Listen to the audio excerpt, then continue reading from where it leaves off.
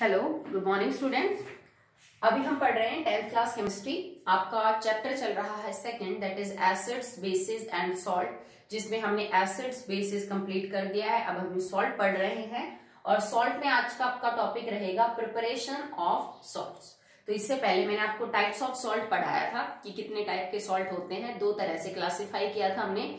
उसके बाद हमने हाइड्रोलिसिस ऑफ सॉल्ट पढ़ा था कि किसी भी सॉल्ट का एक्वस सॉल्यूशन जो पीएच रखेगा मोर देन 7, लेस देन 7 और 7, ये हमें कैसे पता चलता है जब हम उसके हाइड्रोलिसिस रिएक्शन करते हैं। तो इतना आपको समझ आ गया। चलिए अब बात करते हैं प्रिपरेशन ऑफ सॉल्ट की, मतलब वो कौन कौन सी रिएक्शन है जिनसे आप सॉल्ट बना सकते हो।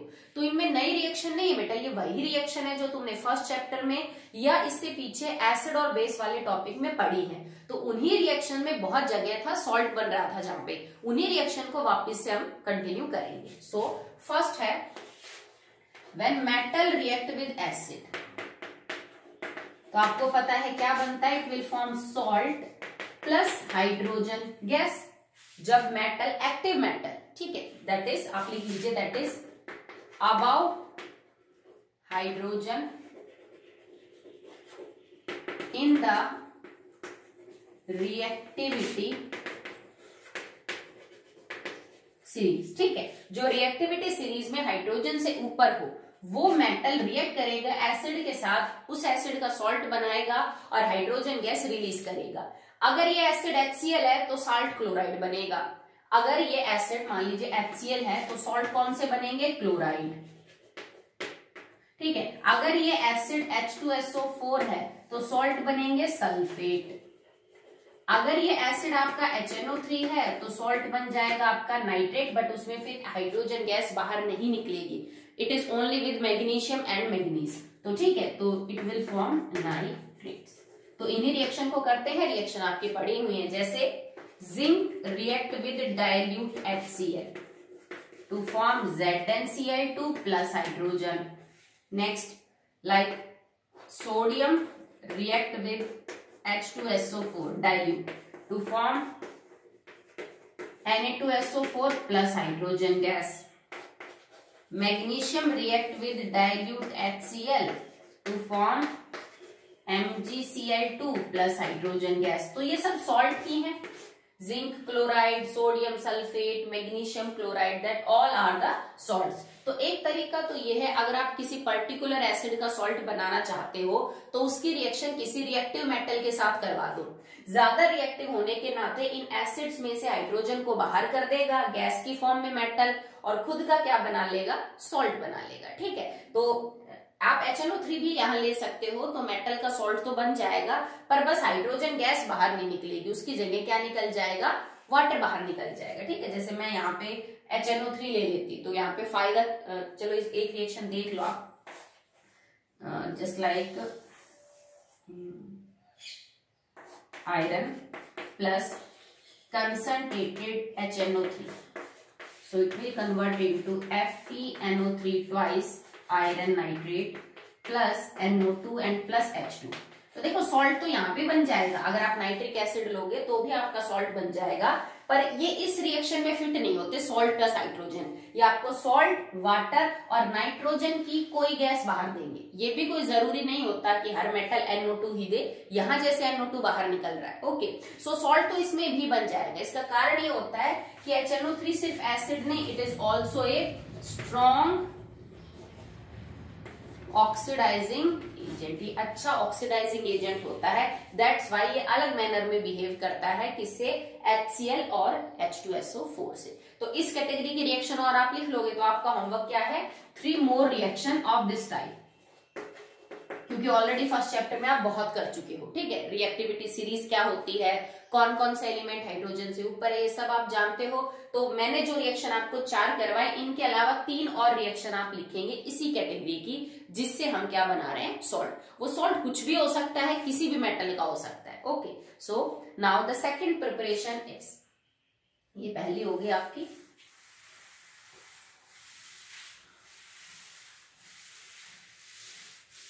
सेकेंड प्रिपरेशन में हम क्या करेंगे, एक मेटल की ऑक्साइड को नॉन मेटल की ऑक्साइड से कंबाइन करवाएंगे। अगर आपको ध्यान हो तो मैंने इनके नेचर के बारे में आपको बताया था। Metal oxide plus non metal oxide. ठीक है, किसी नॉन मेटल के ऑक्साइड को अगर हम मेटल के ऑक्साइड के साथ कंबाइन करवाएंगे तो भी आपके पास सॉल्ट बनेगा। उसका रीजन क्या है बेटा, क्योंकि generally metal oxides are basic in the nature and non metal oxides are acidic in the nature. इनका नेचर जनरली मतलब आमतौर पे बात हो रही है, 100% ऐसा नहीं होता है। इनके ऑक्साइड्स का नेचर एसिडिक होता है और इनके ऑक्साइड्स का नेचर बेसिक होता है। जब एक बेसिक कंपोनेंट एक एसिडिक कंपोनेंट के साथ रिएक्शन करेगा तो जाहिर सी बात है क्या बन जाएगा, सॉल्ट। प्लस यहाँ पे ना हाइड्रोजन निकलेगी ना वाटर निकलेगा, सिर्फ सॉल्ट ही बनेगा। जैसे कि मेटल की oxide CaO, calcium is a metal, calcium oxide, react with non metal oxide SiO2, silicon dioxide. It is a non-metal oxide, it is a metal oxide. They will form CaSiO3, calcium silicate. ठीक है, so this is a salt. इसमें कोई hydrogen है ही नहीं फॉर्मूले में, ठीक है, क्योंकि दोनों ऑक्साइड ही तो ले रखी है आपने, तो ना पानी बाहर निकलेगा ना हाइड्रोजन, पर हाँ सॉल्ट जरूर बनेगा। जैसे आपने अगली ले ली MgO, मैग्नीशियम ऑक्साइड, एक मेटल की oxide, react with carbon dioxide. अब कार्बन क्या है बेटा, एक नॉन मेटल की ऑक्साइड है, so they react to form MgCO3, that is magnesium carbonate. अब मैग्नीशियम कार्बोनेट क्या है, एक सॉल्ट है। ठीक है, तो हमने क्या किया, किसी मेटल की ऑक्साइड की किसी नॉन मेटल की ऑक्साइड के साथ रिएक्शन करवाई और उसके बाद सॉल्ट की जो फॉर्मेशन है वो हमारी हुई। जैसे और एग्जांपल देख लीजिए इसका, Na2O। अब ये एक मेटल की ऑक्साइड है सोडियम, और किसी नॉन मेटल की ऑक्साइड ले लीजिए जैसे SO2। ठीक है, सल्फर डाइऑक्साइड नॉन मेटल की ऑक्साइड है sulphur, so they will form Na2SO3। This is sodium sulphide, इसको हम बोलेंगे सोडियम सल्फाइड। ये रिएक्शन तुम्हारे लिए नहीं है बिकॉज ये तुमने नहीं पढ़ी है फर्स्ट या सेकंड चैप्टर में कि मेटल की ऑक्साइड का फॉर्मूला आप बना लोगे, सिंपल है। नॉन मेटल क्या होते हैं आप जानते हैं, 9वीं से पढ़ते आ रहे हैं। उनको रिएक्ट करवा के जो फॉर्मूले बनेंगे वो थोड़े से आपके लिए अलग है, तो ये रिएक्शन मैं करवा देती हूँ, आप देख लीजिए इसको। If like calcium magnesium sodium K2O, potassium oxide react with sulphur trioxide. अब सल्फर डाइऑक्साइड हो सल्फर ट्राइऑक्साइड हो, है तो दोनों नॉन मेटल, सल्फर की ही oxide, acidic acidic acidic and acidic, so they will combine to form K2SO4। देखो K2OSO3 यहां से, तो ये बन गया आपका पोटेशियम सल्फेट। तो again this is a salt, ये भी एक सॉल्ट है। आप चाहो तो पोटेशियम सल्फेट को पोटेशियम प्लस H2SO4 की रिएक्शन से बना लो, आप चाहो तो यहाँ पे भी इसको बना सकते हो। ठीक है, देखो यहाँ पे मैंने डायरेक्ट बेसिक ऑक्साइड को एसिडिक ऑक्साइड के साथ कंबाइन किया है। तुम इसी चीज को दूसरी तरह से भी कर सकते थे। चलो मैं एक रिएक्शन और लिख देती हूँ, फिर आगे वाली कैटेगरी भी इनसे ही मिलती जुलती है। ठीक है, next is like it is calcium magnesium sodium potassium. ये ले लीजिए आप, like you have MgO and it react with P4O10। ये फॉस्फोरस की एक ऑक्साइड होती है पेंटा ऑक्साइड, इसको कई बार ये भी लिख देते हैं P2O5, सेम चीज है। अगर ये compound that is acidic, phosphorus की ऑक्साइड नॉन मेटल की, ये बेसिक, तो क्या बनाएंगे मैग्नीशियम फॉस्फेट।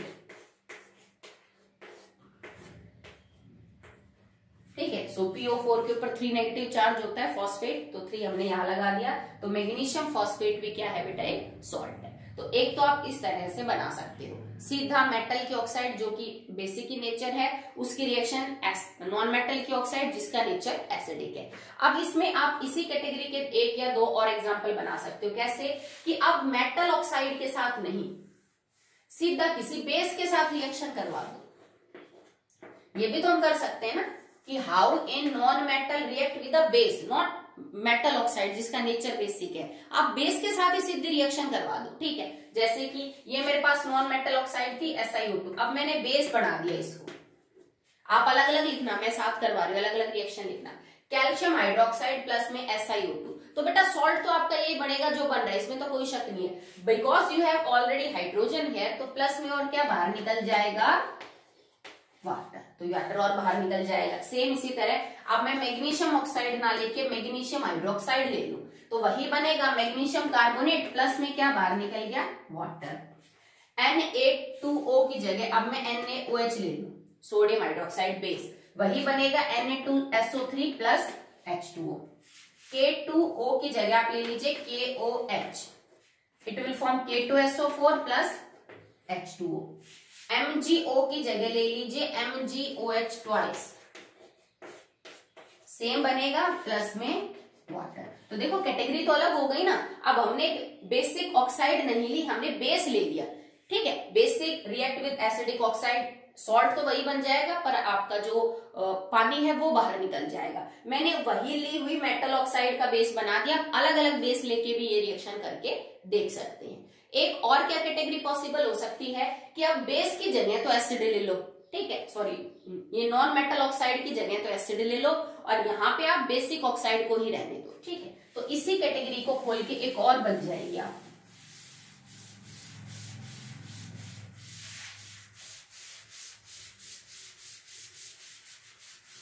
सेकंड ही पढ़ रहे हैं इसमें, या फिर आप चाहो तो इनको अलग अलग भी बना सकते हैं, अलग अलग हेडिंग देके।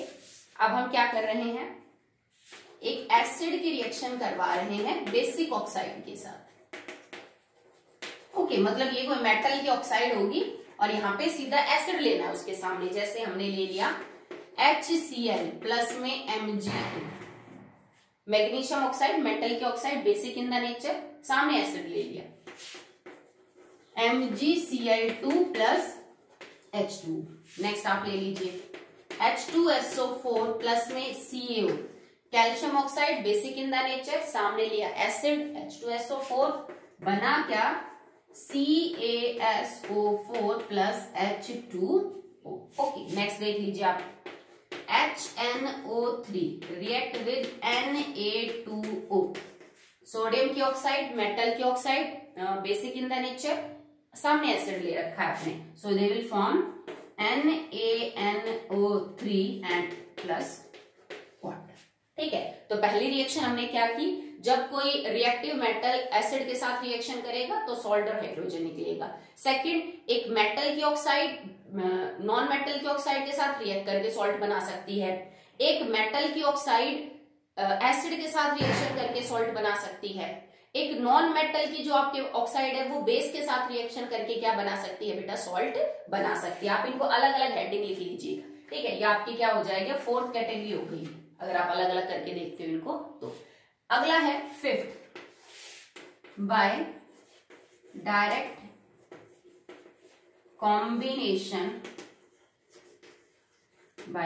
Combination of elements. अब जैसे मान लो मेरे को मैग्नीशियम क्लोराइड बनाना हो, तो भाई एक तो ये तरीका है, एक तरीका ये है मैग्नीशियम रिएक्ट विद HCl, उससे भी बन जाएगा, और किसी तरीके से भी MgCl2 बन जाएगा। बट एक मेथड ये भी तो हो सकता है ना कि मैग्नीशियम और क्लोरीन की मैं सीधी रिएक्शन करवा दूं, तब भी तो MgCl2 बनेगा। तो आप डायरेक्ट एलिमेंट्स की रिएक्शन करके भी बना सकते हैं, जैसे magnesium react with chlorine gas to form MgCl2, sodium react with the chlorine gas to form NaCl, iron react with the chlorine gas to form FeCl3, ठीक है। तो इस तरह से रिएक्शन आप करवा सकते हो जिसमें जो सॉल्ट आपका है जिस एलिमेंट से मिलके बना है डायरेक्ट उन एलिमेंट के आपस में रिएक्शन करवा दो, बाकी मेथड से तो सॉल्ट बन ही रहे हमारे पास। आगे देखिए बेटा इसके और reaction. The next property is when acid react with metal carbonates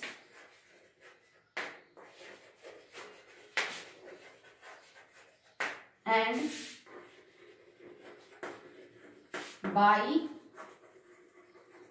bicarbonates. अब देखो ये रिएक्शन नहीं है बेटा, क्योंकि ये रिएक्शन एसिड के मेटल कार्बोनेट और बाइकार्बोनेट के साथ है। तो ये रिएक्शन हम एसिड के अंदर पढ़ चुके हैं। लास्ट वाली जो रिएक्शन थी कि बेस के साथ कोई नॉन मेटल ऑक्साइड कैसे रिएक्ट करती है, वो हम बेस के टॉपिक में पढ़ चुके हैं। किसी मेटल के साथ एसिड कैसे रिएक्ट करता है वो भी रिएक्शन हम ऑलरेडी फर्स्ट चैप्टर में सिंगल डिस्प्लेसमेंट में, सेकंड चैप्टर में एसिड की रिएक्शन में पढ़ चुके हैं। तो ये सारे रिपीटेड रिएक्शन है जो अगर आपने पहले चैप्टर ध्यान से पढ़ा है तो अब आपको ज्यादा टाइम नहीं लगाना पड़ेगा, आप सीधा कर सकते। ओके, सो एसिड और जब भी कभी मेटल कार्बोनेट और बाइकार्बोनेट के साथ रिएक्शन करेगा क्या बनेगा, salt plus CO2 and plus H2। भाई सॉल्ट और वाटर तो बनेगा ही बनेगा, but because they are carbonates, इनमें कार्बन भी है तो कार्बन को भी तो किसी की फॉर्म में बाहर निकालना पड़ेगा ना, तो that is CO2 and H2। और इस रिएक्शन का पैटर्न क्या है, जो मेटल कार्बोनेट्स होते हैं और metal bicarbonates that are basic in the nature, ये यूजुअली जो है ज्यादातर जो रिएक्टिव मेटल्स के हैं उनका नेचर बेसिक होता है। तो ये कुछ न्यूट्रलाइजेशन रिएक्शन है कि basic component react with acid, तो सॉल्ट और वाटर तो बनेगा ही बनेगा, बट क्योंकि कार्बोनेट कंटेन्स कार्बन तो CO2 और बाहर निकल जाएगी, जैसे कि CaCO3 प्लस HCl, तो क्या बना salt, CaCl2 plus H2O plus CO2। Next Na2CO3 plus H2SO4, it will convert into Na2CO3 plus H2O plus CO2। Next, magnesium bicarbonate MgHCO3 twice plus HCl, it will form magnesium chloride plus H2O plus CO2। Next is calcium bicarbonate, ठीक है, react with H2SO4 to form calcium sulphate plus H2O plus CO। ठीक है, तो आप चाहे bicarbonate ले लीजिए क्योंकि बाइकार्बोनेट भी कार्बोनिक एसिड के सॉल्ट है, चाहे आप कार्बोनेट ले लीजिए वो भी कार्बोनिक एसिड के सॉल्ट है। ये रिएक्ट करेंगे किसी भी एसिड के साथ to form salt, water and carbon dioxide gas. तो हमें क्या फर्क पड़ता है कि सॉल्ट के साथ क्या बाहर निकल रहा है, ठीक है, निकलने दो, नो प्रॉब्लम एट ऑल, हमें तो सॉल्ट चाहिए, सॉल्ट का एक्वा सॉल्यूशन मिल जाएगा, CO2 आपकी गैस है वो क्या चली जाएगी बेटा, बाहर चली जाएगी। ठीक है, एक और कैटेगरी है इसके अंदर, दैट इज 7th में, यही लिख देती हूं क्योंकि वो आपका होमवर्क है, उसको आप करोगे। जब एक एसिड एक बेस के साथ रिएक्ट करता है तब भी तो क्या बनता है, सॉल्ट और वाटर। ये रिएक्शन आपने पढ़ रखी है, फर्स्ट चैप्टर में पढ़ी न्यूट्रलाइजेशन रिएक्शन के अंदर, सेकंड चैप्टर में पढ़ी एसिड के अंदर, क्योंकि एसिड बेस के साथ कर रहा है तो एसिड की केमिकल प्रॉपर्टी है। सेकंड चैप्टर में बेस वाले टॉपिक में भी पढ़ी क्योंकि बेस एसिड के साथ रिएक्शन कर रहा है to form salt and water. अब इसी को हम चौथी बार पढ़ रहे हैं कि सॉल्ट भी तो बनता है ना उसमें, अगर एसिड और बेस की केमिकल प्रॉपर्टी है तो सॉल्ट के बनने की रिएक्शन है ये, तो ये मैं नहीं करवाऊंगी कि acid and base direct combine under the reaction neutralisation to form salt and water. अब इस कैटेगरी की 5 रिएक्शन आप खुद लिखोगे, ठीक है, क्योंकि कई बार हो चुकी है, रिपीट करने से फायदा क्या है, आप जब भी इस कैटेगरी को लिख के कि एसिड और बेस आपस में कंबाइन करके सॉल्ट और वाटर बनाएंगे, उसके बाद 5 रिएक्शन अपनी तरफ से कोई भी लिख दीजिएगा, जो भी एसिड लेना है, जो भी बेस आपने लेना है, सॉल्ट तो बनेगा है। Okay, so now the next category is, ये रिएक्शन भी आपकी पढ़ी हुई है, नई नहीं है, कि कुछ मेटल्स डायरेक्ट बेस के साथ रिएक्शन करके भी सॉल्ट बनाते हैं। माना कि उनके जो सॉल्ट हैं वो थोड़े अलग होंगे, इतने सिंपल नहीं होंगे जैसे दिख रहे हैं, बट हमें सॉल्ट बनाना है। इससे क्या फर्क पड़ता है कि सॉल्ट किस कैटेगरी का है, किसी भी टाइप का हो सकता है, सॉल्ट तो है ना। तो 7th 8th प्रॉपर्टी हो जाएगी आपकी, मेटल रिएक्ट विद एल्कलीज। कुछ मेटल एल्कलीज के साथ सीधा रिएक्शन करके जो है वो सॉल्ट बना लेते हैं, जैसे जिंक अगर NaOH के साथ रिएक्ट करता है, एल्कलीज एक्वस मतलब, और हमने उसको हीट कर दिया, अगर जिंक को मैं NaOH एक्वस के साथ हीट करूं तो it will form sodium zincate and plus hydrogen gas. This is sodium zincate plus hydrogen gas. तो ये भी एक टाइप का सॉल्ट है, जिस सॉल्ट को हमने क्या एक नाम दिया था, मिक्स्ड सॉल्ट। ये मिक्स्ड कैटेगरी का जो है बेटा वो सॉल्ट है। सेम एल्यूमिनियम भी करेगा, aluminium react with NaOH and water to form sodium aluminate NaAlO2। ये भी एक टाइप का मिक्स्ड सॉल्ट ही है, एंड प्लस हाइड्रोजन, इसको हम बोलेंगे it is sodium aluminate, it is known as sodium aluminate. Okay, और ये भी मिक्स कैटेगरी का सॉल्ट है जिसमें एक से ज्यादा एसिडिक और एक से ज्यादा बेसिक रेडिकल पाए जाते हैं, उनको हम बोलते हैं। तो जिंक और एल्यूमिनियम डायरेक्ट एल्कली के साथ रिएक्शन करके ये दो कर सकता है। इसी कैटेगरी की दो रिएक्शन आप पूरी करिएगा। Zinc plus KOH aqueous on heating क्या बनेगा, सॉल्ट का फॉर्मूला, उसका नाम एल्यूमिनियम प्लस KOH एक्वस, ये बेटा यहाँ पे भी, और वाटर तो है ही, एंड H2। तो यहाँ पे इन दोनों रिएक्शंस को पूरी करना, इनके सॉल्ट जो बने हैं उनका नाम लिखना, वो भी मिक्स कैटेगरी के सॉल्ट ही बनेंगे। Okay, so now this is the preparation reaction of salt. यहां तक हमने प्रिपरेशन रिएक्शन पूरी कर ली। एक कैटेगरी मैंने आपके लिए छोड़ी है जो 7th कैटेगरी थी, दैट इज न्यूट्रलाइजेशन। उसको छोड़ना नहीं, कॉपी में जरूर लिखनी है वो। 5 रिएक्शन एटलीस्ट तुम्हारी होनी चाहिए। और भी जिस कैटेगरी के लिए मैंने तुम्हें बोला था कि बेटा इसकी 2-4 रिएक्शन और कर लेना, वो सब आपकी होनी चाहिए। ठीक है, सो नाउ अब हम बात कर लेते हैं about the properties of salt. तो ऐसी क्या बातें, जैसे एसिड्स में सब में कुछ बात कॉमन है, कुछ बेसिस के अंदर बातें कॉमन है, तो सॉल्ट्स भी होंगे बेटा जिनके अंदर कुछ ना कुछ तो कॉमन मिलेगा ही। तो उनकी प्रॉपर्टीज को अब हम डिस्कस कर रहे हैं।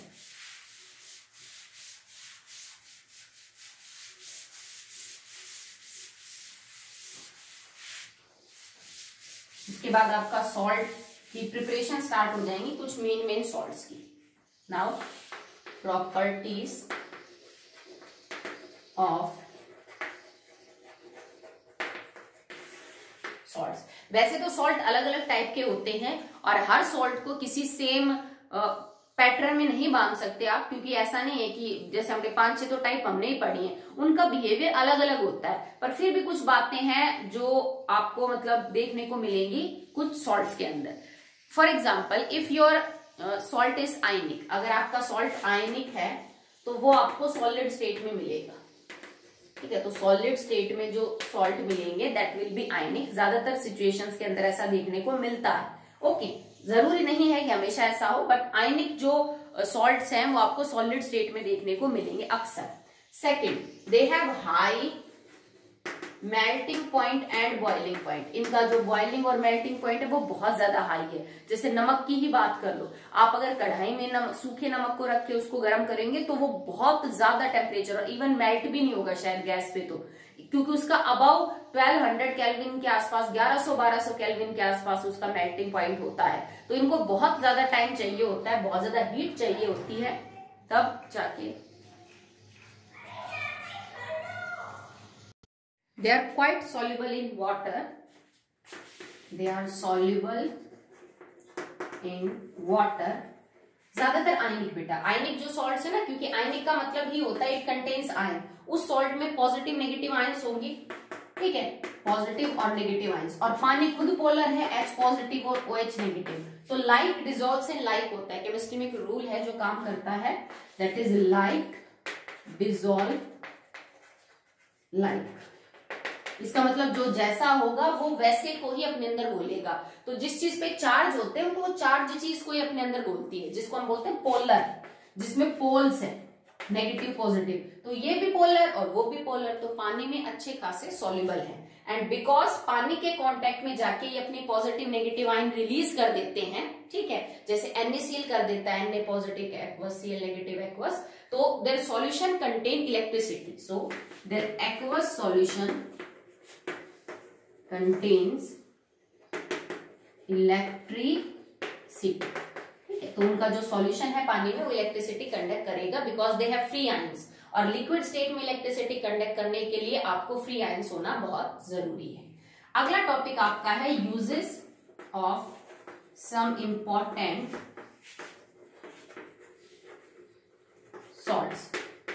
वैसे तो सॉल्ट बहुत हैं और अगला टॉपिक आपका है ही यही कि किसी भी सॉल्ट की प्रिपरेशन पढ़ना, कुछ 5-7 सॉल्ट अपने सिलेबस में कैसे बनते हैं, क्या फिजिकल क्या केमिकल प्रॉपर्टी और क्या उनके यूज है। बट उससे पहले केमिकली जो हम पढ़ रहे हैं रिएक्शंस में कुछ सॉल्ट, उनके बारे में बात कर लेते हैं। जैसे नंबर 1 है आपके पास NaCl। यूज को बिल्कुल भी हल्के में नहीं लेना कभी भी कि कोई बात नहीं मैडम यूज है तो हम कर लेंगे, या फिर कॉपी में ना लिखो या ढंग से पढ़ो ना, कि कभी भी किसी यूज से क्वेश्चन बना के दे सकते हैं। जैसे NaCl का कोई यूज आपने नहीं पढ़ा तो उससे पूछ लेंगे कि एक सॉल्ट है जो इस चीज में यूज होता है, आपने वही यूज उसको ध्यान से पढ़ा नहीं, तो इंपॉर्टेंट है, इनको अच्छे से करना है। सो NaCl क्या है? सबसे पहले तो आप इसको खाने में यूज कर सकते हो, ठीक है, जितने भी फूड आइटम्स है ज्यादातर में नमक गिरता ही है।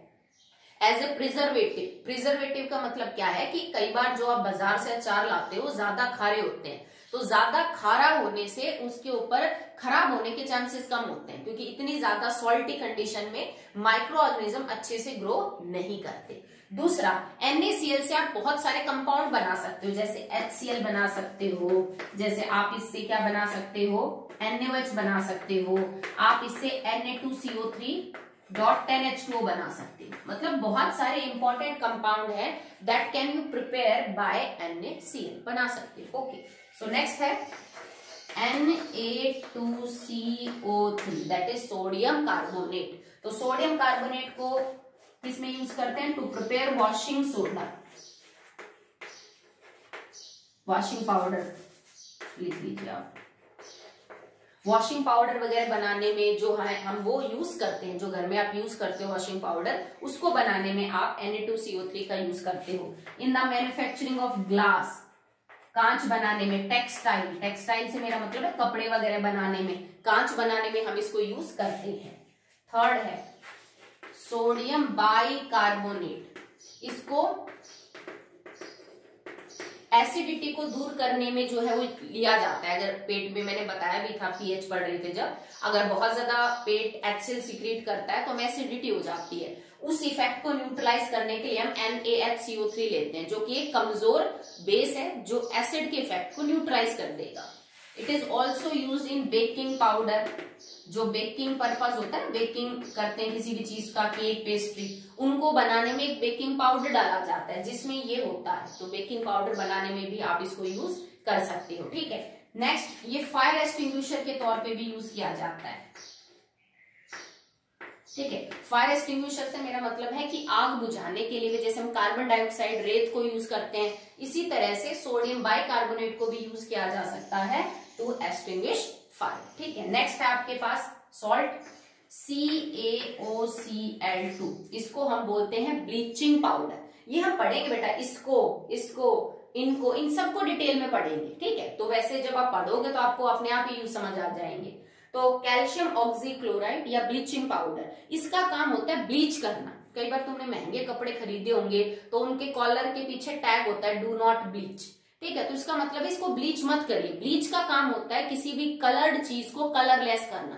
ठीक है, कई बार होता है ना कि आपके सफेद कपड़े पे कोई दाग लग गया किसी दूसरे कपड़े का, तो हम ब्लीच करवाते हैं ड्राई क्लीनर के पास, वो उसका रंग उड़ा देता है, उस सफेद कपड़े पे जो दाग लग गया किसी कलर का उसका। तो किसी भी रंग की चीज पे से वो रंग उड़ाने का जो काम करता है उसको हम बोलते हैं ब्लीच कर रहा है। जो पाउडर ऐसा कर रहा है वो आपका ब्लीचिंग पाउडर है। तो बहुत सारी चीजों को साफ करने के लिए हम यूज करते हैं। जैसे मान लो हाथी के दांत है, पीले होते हैं, जाहिर सी बात है कि सफेद तो नहीं मिलेंगे। अब हाथी के दांत की बहुत सारी चीजें बनाई जाती है, शो पीस, स्टैचू, ज्वेलरी। अब ज्वेलरी अगर पीली मटमैली होगी तो वो वैसे भी अच्छी नहीं लगेगी, तो हम क्या करते हैं ब्लीचिंग पाउडर से उस पीले दांत को सफेद करते हैं और फिर क्या करते हैं उसकी कुछ भी आइटम बनाते हैं तो वो ज्यादा बेटर लगती है। नेक्स्ट है CaSO4.12H2 दैट इज